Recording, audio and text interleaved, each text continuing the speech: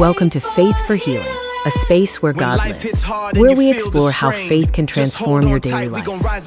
I'm so glad you're here. Faith for healing, make you stand tall. Faith for healing, conquer it all. We move together, we know go fall. Divine mercy will answer your call. Faith for healing, faith for healing. We know go fall. Welcome to the deep dive. Today we're stepping into something really special. We really are. It's a very powerful topic today. Yeah, and I want to say right up front, if you are listening to this right now, consider this a safe space. Our whole mission today is to offer you, profound encouragement. We want to really honor the specific, deeply personal journey you are on toward physical and emotional wholeness. Absolutely, because that journey, it's not easy. Yeah. And it deserves so much respect. Exactly. So for the next little while, we're going to walk side by side with you through this incredible 7-day devotional series called Guarding the Gates. And we're really going to unpack what that means. And there's a lot to unpack there. There really is. So to start, what if the biggest barrier to your healing right now isn't actually what you're asking God to do, but what you're actively allowing into your own living room? Oh, that's such a great question. Because we usually think of healing, right, physical or emotional healing, as this kind of passive waiting room. Right. You sit, you hope. Yeah, you sit, maybe you ask desperately for a breakthrough, and you're basically just waiting for an external prescription or, a sudden miracle to just drop from the sky and fix what's broken inside. Which is such a common framework. We are totally conditioned to treat healing as something that just happens to us. We view ourselves as patients instead of, participants. Right. But this devotional series, the sources we're exploring today, they completely dismantle that passive approach. Yeah. I mean, they completely flip it on its head. They really do. They show us how to become the architect of our own healing. And we do that by, securing what comes in, shifting our spiritual diet, and literally altering the oxygen of the spaces we inhabit. Which, that requires a massive paradigm shift. It takes you off the bench and puts you actively on the field. The core premise here is that your environment, both internal and external, actually dictates your capacity to heal. Okay, so let's dive into the first part of this, the concept of the gatekeeper, because this is foundational to the rest of the week, right? Oh, definitely. Everything builds on this. So days 29 and 30 anchor this idea in Proverbs 4.23, which talks about guarding your heart with all diligence. And the imagery that comes to my mind when I read this, it isn't just like a passive white picket fence around a house. No, not at all. It's more like being the strictest, most unyielding bouncer at some exclusive venue in the city. You are standing at the velvet rope of your own mind, and you're strictly managing your eye gate and your ear gate. There's a critical distinction to make. A fence just stands there and, hopes it holds up against the weather. A gatekeeper actively inspects every external report, every terrifying statistic you read online, every well-meaning but, cynical comment from a relative. Oh, man, we all have those relatives. Right, but all those things, they're trying to get past the velvet rope and into the venue of your spirit. And as the gatekeeper, you are checking their ID. You are commanded to filter every single one of those external inputs to the truth of the cross before you unhook that rope. Wow, that's powerful. But let's look at the internal side of this too, because shutting off the news, right, or politely ignoring a skeptical friend is one thing. But what happens when the threat is already inside the house? Yeah, that's where the real battle is. Right, because thoughts feel so incredibly spontaneous. Like, you're lying awake at 3 a.m., the house is completely quiet, and suddenly your brain is just projecting terrifying what-if scenarios onto the ceiling. You've all been there. Yeah. And in those moments, it often feels like we're completely at the mercy of whatever our brain decides to broadcast. We feel powerless. And that assumption that we're just powerless passengers to our own cognitive stream, that is exactly the lie this material targets. What's fascinating here is how the author takes this from the external to the internal. You are not a victim of your thoughts, you are the master of them. Yes. This is where the concept of the mental audit comes into play. Yeah. It draws heavily on Philippians 4.8, which instructs us on exactly what to let our minds dwell on. An audit, like Yeah. taxes. Exactly like that. An audit implies a rigorous, active inspection. Think about accounting. If an expense doesn't belong on the ledger, an auditor doesn't just leave it there and, hope it magically resolves itself. Right, they grab a red pen and strike it out. Precisely. They evict it from the ledger. And the spiritual mechanics here They work the exact same way. If a thought isn't from God, it must be evicted before it takes root.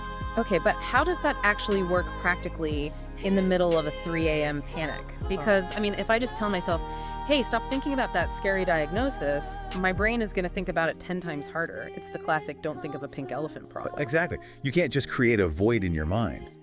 The mechanism of a successful mental audit isn't just deletion, it is active replacement. Active replacement. Okay. Yeah. If a thought of panic isn't from God, it is an illegal intruder.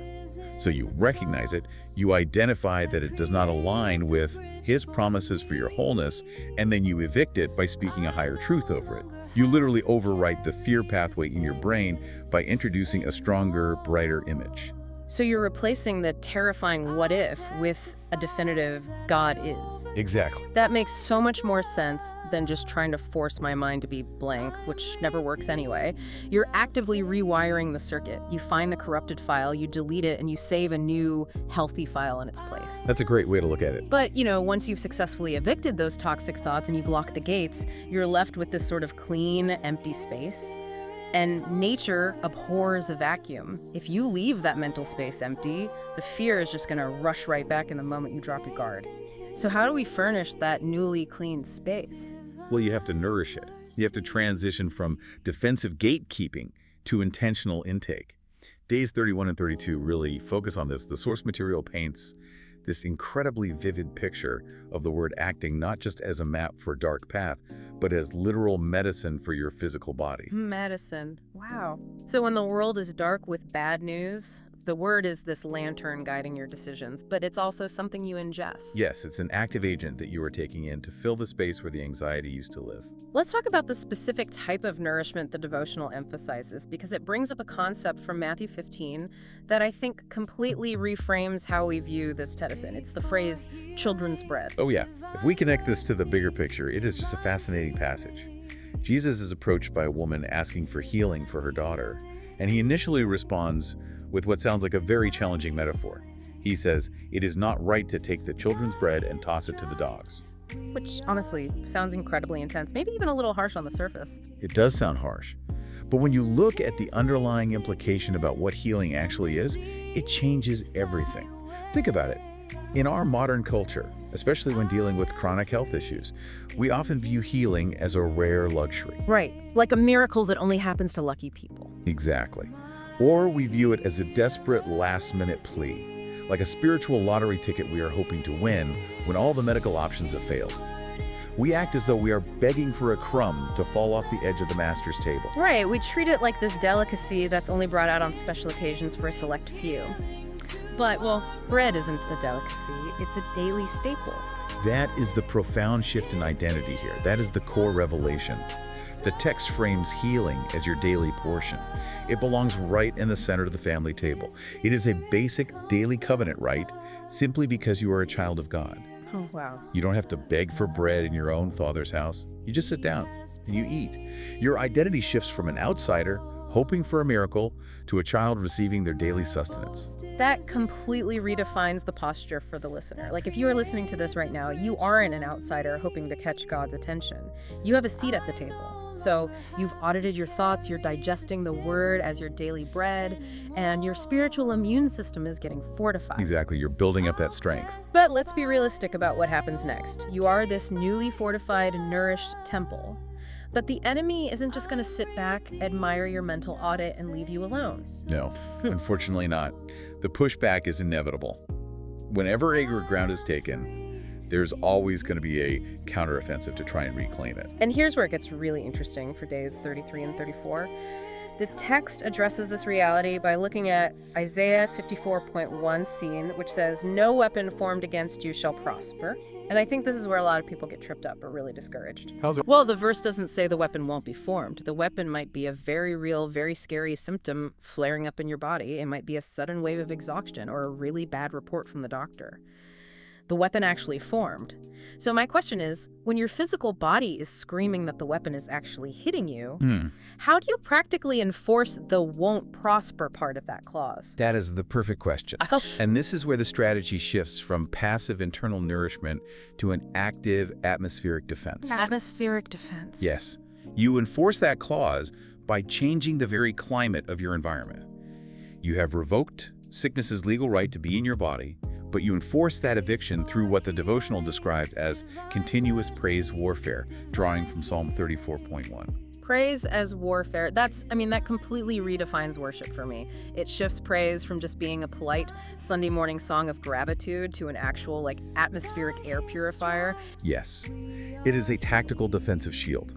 Sickness and fear, they are parasitic. They require a specific environment to thrive. They literally need an atmosphere of anxiety, agreement, and despair. Wow. But praise fundamentally alters that environment. Wow. Sickness literally cannot breathe in a room filled with worship. Think about the physics of sound for a moment. Sound waves physically alter the pressure in a room. When you begin to vocalize the truth of God's goodness, you are doing the spiritual equivalent of that. You are charging the air. So by filling your living room or your car or, your hospital room with vocalized praise, you are literally sucking the fear oxygen out of the room. The symptom suffocates because the environment no longer supports it. Precisely. You are overriding the frequency of the symptom with the frequency of the finished work.